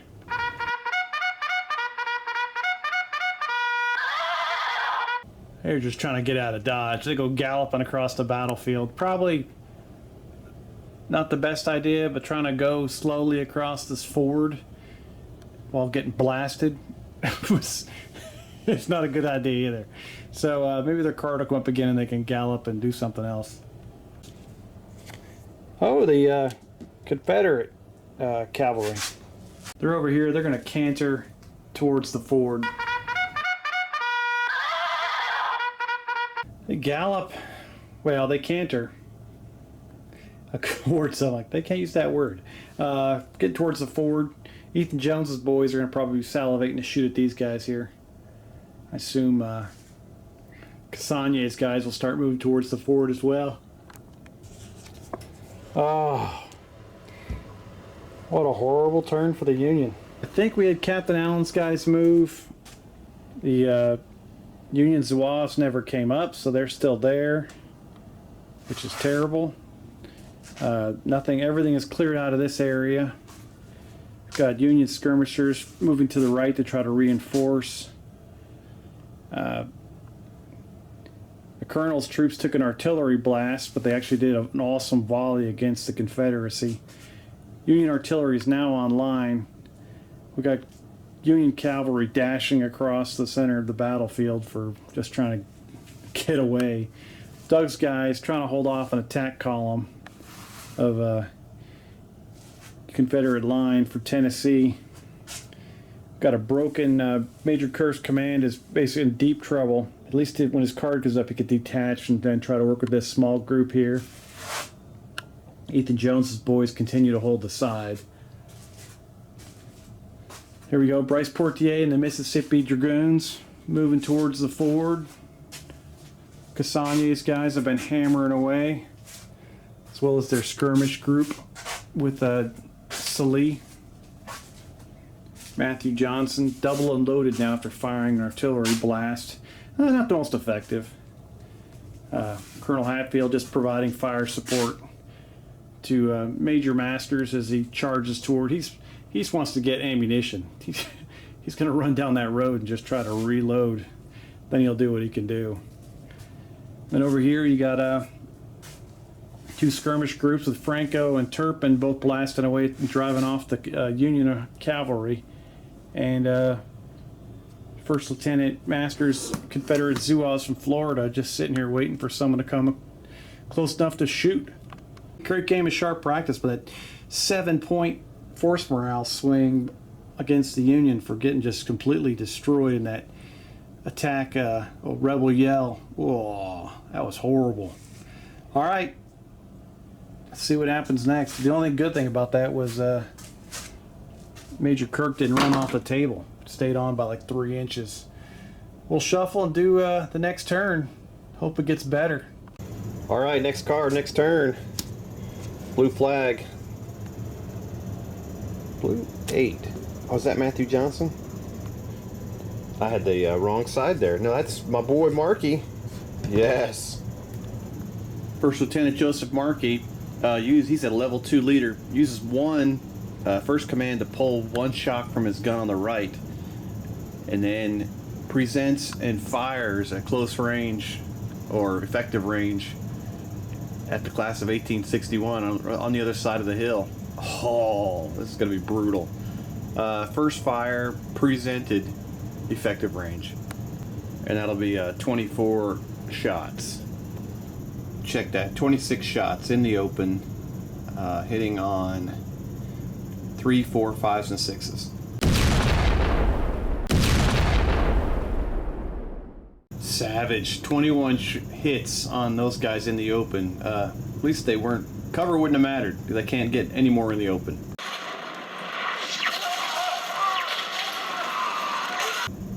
Somehow they only lose one guy, but they take like 16 shock. They are blown off the ridge line at the fallback. All three groups. They all took about the same amount of shock, and they had their boys spread out. So. They were able to keep the formation together. As long as they're within like 2 inches of each other, the formation stays together. I kind of had to put them near each other because of the terrain. It was too steep of a hill, but they would have all kind of rolled down the hill running away and ended up back down here. So now we've got the group on the left has 9 shock, the group in the center has 10 shock, and the group on the right has 11 shock. They're still unloaded, and they are behind the ridge. No longer in sight. They're gonna have to get their act together. Your artillery's out there alone. We're gonna have 3 groups obliged to withdraw.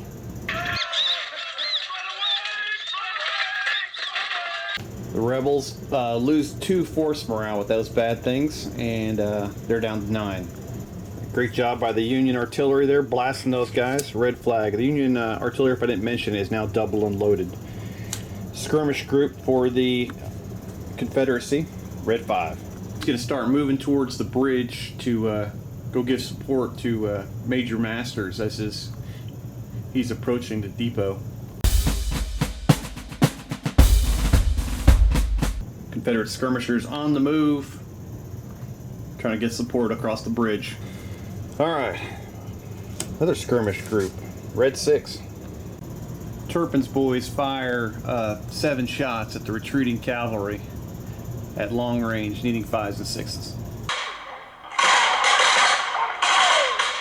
They score 2 hits on those guys in the open. Union cavalry's up to 4 shock. They're all over the place. Captain Wales got his hands full trying to keep the morale up as they make this dash in front of the Confederate lines. Second red flag.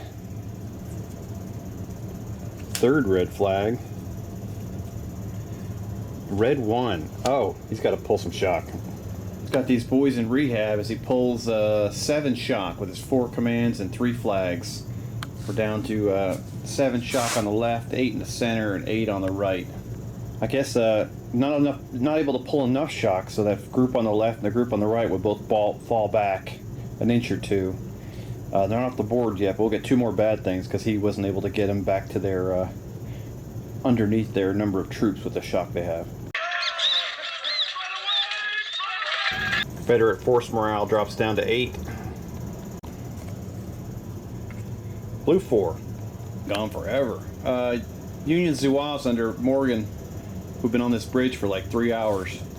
They're gonna crawl across that bridge and take cover in those trees. I took the liberty of saying climbing over a fence would definitely be difficult to do in column. I mean, without, come out in the same formation. So I just allowed him to go into attack column, just to fit back there a little bit easier. Didn't put him out into line or anything because that would have taken an extra command, but I think it could be a freebie. But you got your boys piling up against the fence and jumping over it. They're going to be in some kind of mob when they get done with it until the officer has time to reform them. Second blue flag. Oh, there he is. He has no flags to work with. Major Masters. All right, he's in column, so he's going to go move one command for them to go forward. They're going to get a free 1d6 because they're in column on the road. So they're going to move forward 2d6. He's going to use his next command with the troops to shake them out into line. So that all goes into one command. Then he has 2 left to pull shock. Wish I could reload. Oh, I got to move forward. Confederate move is so good they actually they would have come in contact with Doug's skirmish troops, but they're going to go ahead and evade and get the heck out of Dodge. Doug only had 4 guys plus himself, so they evade back and actually get inside this cookhouse. He's got 2 guns on each window, turning this into a little fortress. Strong work, my brother. Used to being in a tank, so now he's got himself in a brick cookhouse. No turret. Blue 6. Is that Doug again? Alright. Hit that card. He's going to fire and reload his boys. 4 shots coming out of the cookhouse, hitting on 4, 5s, and 6s. That was obviously rush fire. They ran there, basically just stuffed their guns to the windows, just opened up. More of a deterrent than anything, I'm thinking. Psychological warfare. That's what he's known for. Totally misses though in the shooting. Second blue flag. Third blue flag. Oh, well, a random firing event for Doug. That's all he needs. Well, that's not good. Doug's building, one of his boys must have dropped his powder or something and knocked over some chicken cordon bleu they were cooking in there. The building's on fire. I don't know how long they get before they get burned alive. I'll have to do some reading on that one. Oh, that's the Death Star. Matthew Johnson with the Confederate artillery. They 2 actions to reload. Confederate gun crews prime their weapons. They're ready to shoot. Second red flag. Third red flag. Oh, there we go. Colonel Pierce. He pulls 2 shock, has his troopers reload and present. They're going to aim their guns at the artillery section. Try to wipe them off the planet next time they get to shoot. Ooh. They're going to go ahead and fire and be unloaded. No, fire and reload. 25 presented shots at long range, hitting on 5s and 6s against these gentlemen. 5 hits in the open. The extra hit will go on the gun with the Matthew Johnson on it.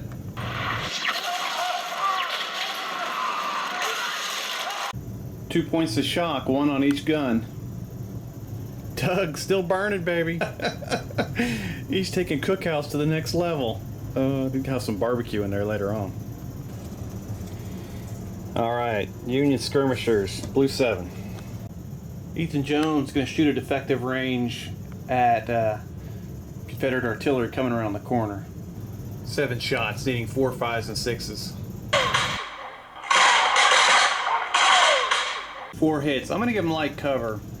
Half the unit is behind that ridge there.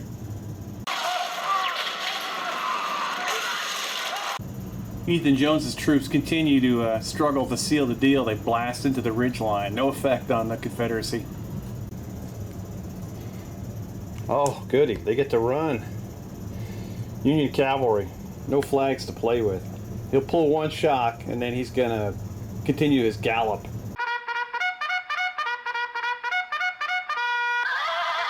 Oh, wow. Well, they're playing black powder. They've run across the entire battlefield, basically. They move 18 inches after they lose 3 inches for their shock. They're down to 3 shock. They're probably in a good position to make a turn here and attack the Confederates in the rear. It's difficult, though, with the cavalry maneuver rules, because you have to go at a 45-degree angle, which won't get anything done. They could come across the bridge. That might work. they'll probably end up being short and just get minced by the artillery. Okay, I don't know what to do yet, but they're there. They're avoiding some stuff and putting themselves in mortal danger, but they are threatening the rear of the X-Flag. Oh! No, it's not a ooh. Okay. That's Major Kirk's command. Let's see what he can do. I was worried he tied himself to a boat anchor here. He's unloaded still. He attached him. He left the one group. Well, he left his bannerman. Tried to talk him into staying, but no chance. That guy was terrified. Went over to this group. Only has 2 commands left. Pulled them down from 11 down to 9. They still have to fall back 2 inches. And so that's going to be a bad thing. I should be able to recover before they go off the edge of the board. They've only got like 4 inches before they're gone. The rest of what was left of his command has run, and they're basically just sitting back with beach chairs watching Doug's guys burn to death in this building.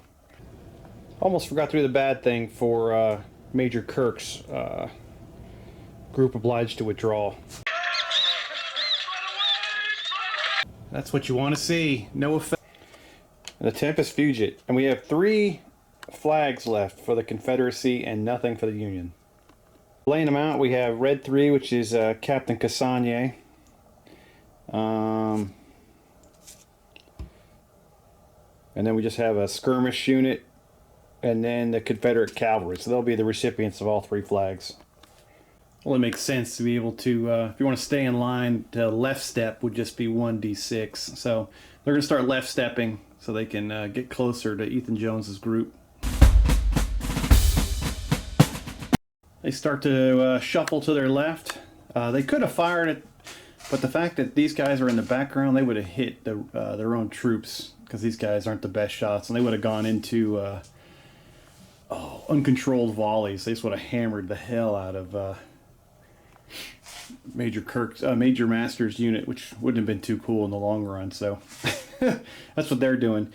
Cavalry, yeah, they're gonna make a dash across the bridge. Across the ford.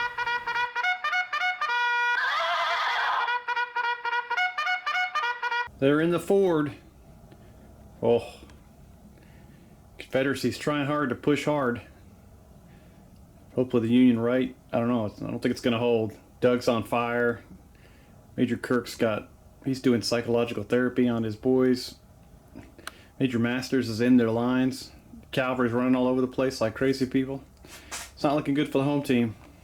This has nothing to do for this last... I was thinking about going down in the woods, but now that the Union's down there. So that's good. All right, get on to the next turn. All right, let's see what happens next. Oh, he's got to pull some shock. All right, Colonel Hatfield's able to pull enough shock with his 4 commands to stabilize his boys. No one's running. 5 shock on the left. Keeps 8 in the center, and then he pulled 6 off the right. So... They're still not thrilled about the whole idea of going to war, but they're not going anywhere else right now. All right, blue flag action.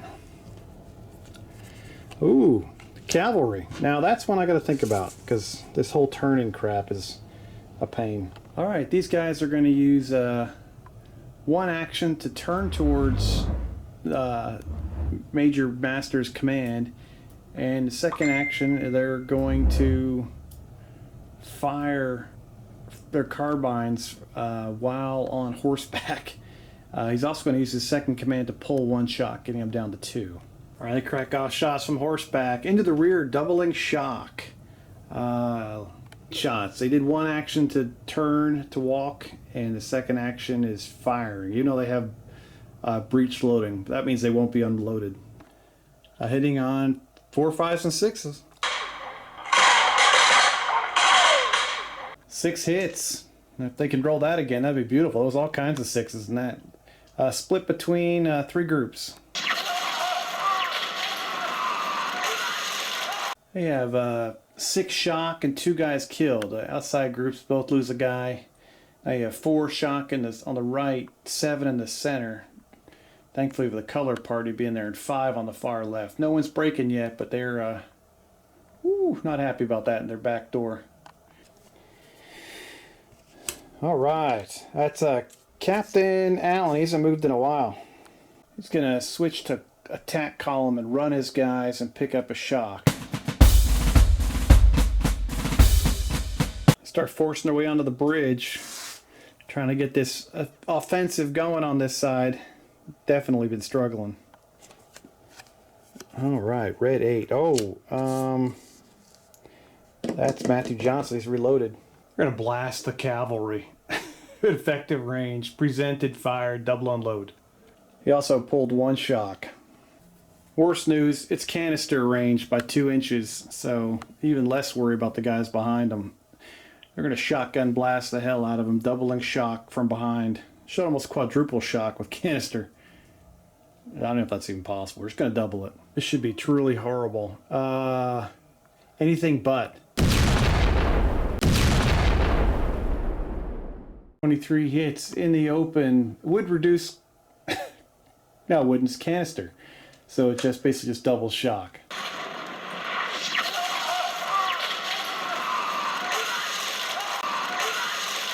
Four dead, 24 shock. 1 through 4, Captain Whale is incinerated and turned into hamburger meat. The captain gets blasted. Let's see what kind of wound he takes.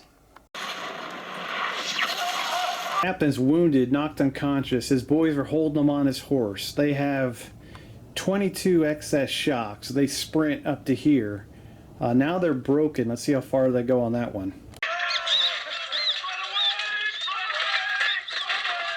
They're broken. They fall back 14 inches. So we're going to have some bad things for level 2 leader wounded and leader broke. I mean, unit broke by just getting blasted into hamburger. We're going to have a group obliged to withdraw, group breaks, and level 2 leader wounded. Not terrible rolling. They do lose 2 more, and they go down to 2 and lose 2 more flags. All right. Second blue flag. Leader 4. We have nothing to do. They just kind of sit there and they're waiting. That's First Lieutenant Masters and his Floridian Zouaves. Just waiting for their time to shine. Third blue flag. The first red flag. Blue 6. That's a skirmish group for the Union. Oh, that's Doug's boys at the barbecue. They're just going to bail on that building. There's no point being. If that turn suddenly ends and the building collapses on them, I think they really get rocked. So they're going to fall back towards this building. Let's go ahead and engulf that. As they run out the door, they probably knock over a torch, and it's an inferno now. The Disco Inferno. I forgot Doug had to burn a card to do that, so the Union will have 1 less command since he's a level 0 leader. Red flag. Oh, there he is. I love it when you call me Big Poppy. He's going to fire on the artillery and spend 2 cards and fire a crashing volley. 25 shots hitting on... It's presented, and they'll be unloaded. So, blah, blah, blah. 5s and 6s doubling shock on the artillery. 5 hits in the open against the artillery. 3 on the gun crew with the first lieutenant on it, doubling shock.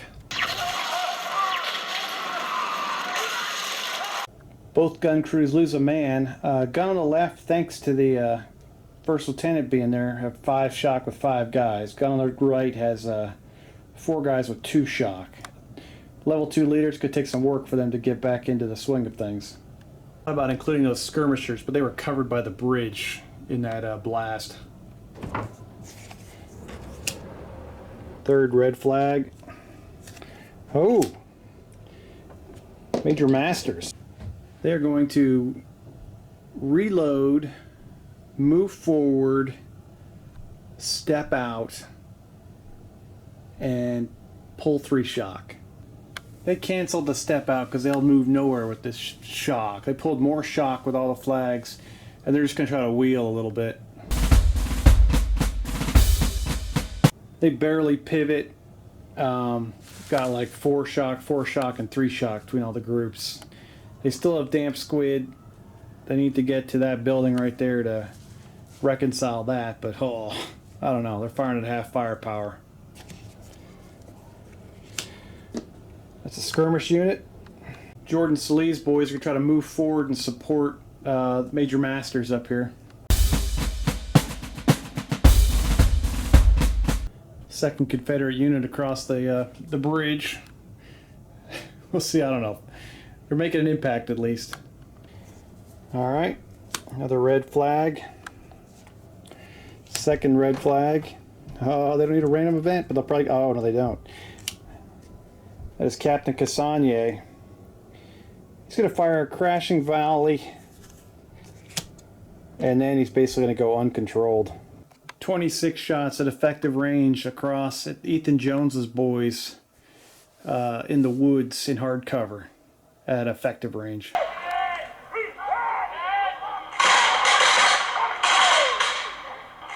Ten hits in hard cover on Ethan Jones's boys, double and shock. The trees soak up most of the damage. One guy's killed. They have 2 shock on them. Another red flag. Oh, it's the Union artillery. They're going to reload. They were double unloaded.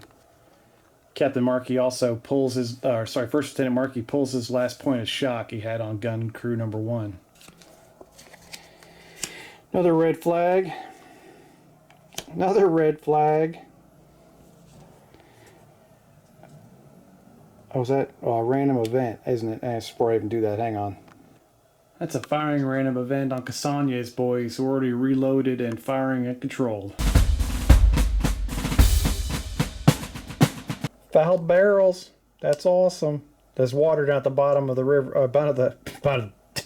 There's water down in the water. Yeah, that's great, Steve. It's just water down the hill from them, but they're going to have fouled barrels for the moment. They get the token of shame.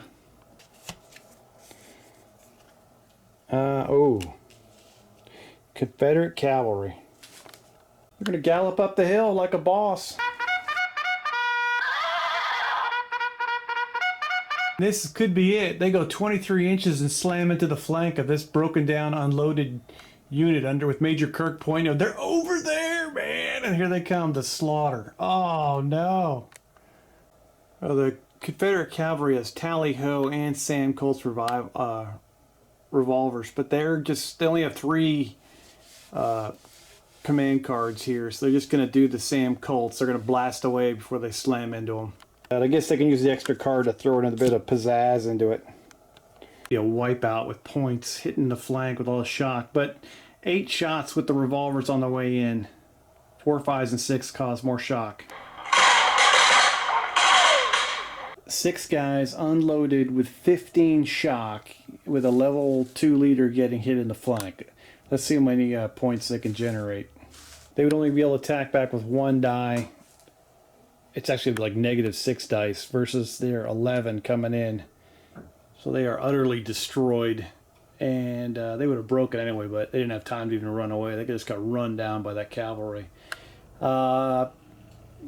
Group wiped out. Level 2 leader killed. Sorry, level 3 leader killed.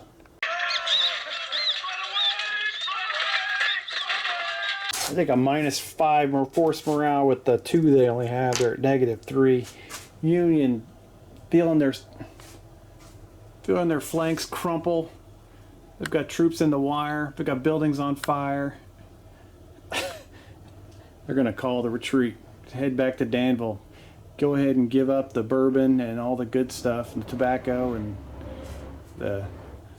all the lard and all the good yummy food stuff. And they get it on spam. Confederates are going to have a chow down party, get drunk, and then they'll attack Danville after they sober up and they get their sodium back down from eating all those pork rinds. Okay, well that's it. What a game. I did not expect that cavalry to go 23 inches across the back there.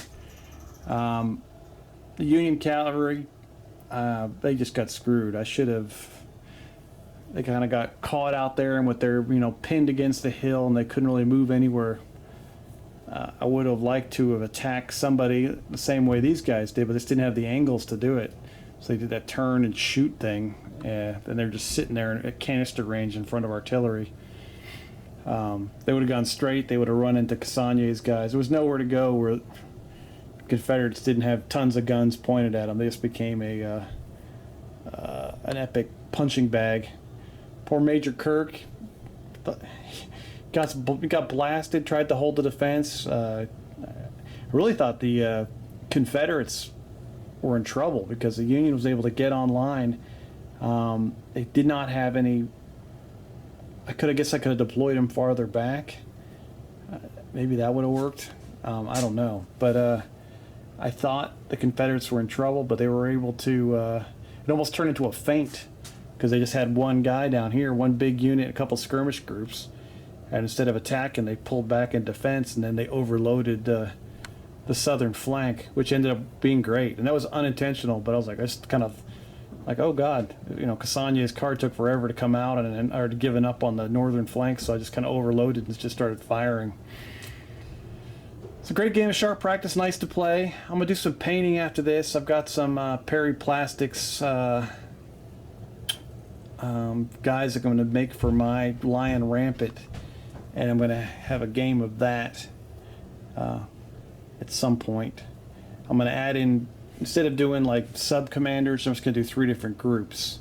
I think that'll make it smoother. That's what they recommend in multiplayer games anyway, so I'm just going to try that.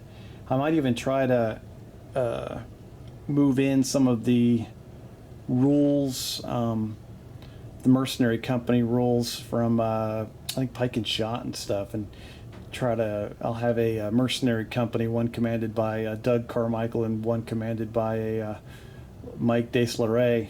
We've got a French mercenary outfit versus an English mercenary outfit. Serving on a fictional world. No, just their names, doesn't really matter.